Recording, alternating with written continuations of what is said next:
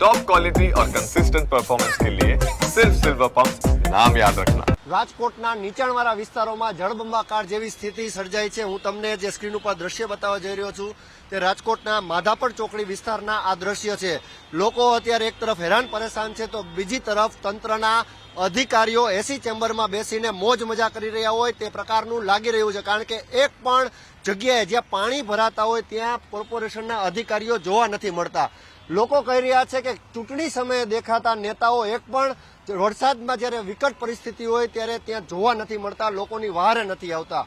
હાલ તો રાજકોટની આ પરિસ્થિતિ છે। રાજકોટનો માધાપર ચોકડી વિસ્તાર હોય, રાજકોટનો રૈયા ચોકડી વિસ્તાર હોય કે પછી રામાપીર ચોક વિસ્તાર હોય, તમામ વિસ્તારો અત્યારે પાણીમાં ગરકાવ થયા છે। લોકો કહી રહ્યા છે કે ક્યારે અમને આ સમસ્યાઓમાંથી મુક્તિ મળશે।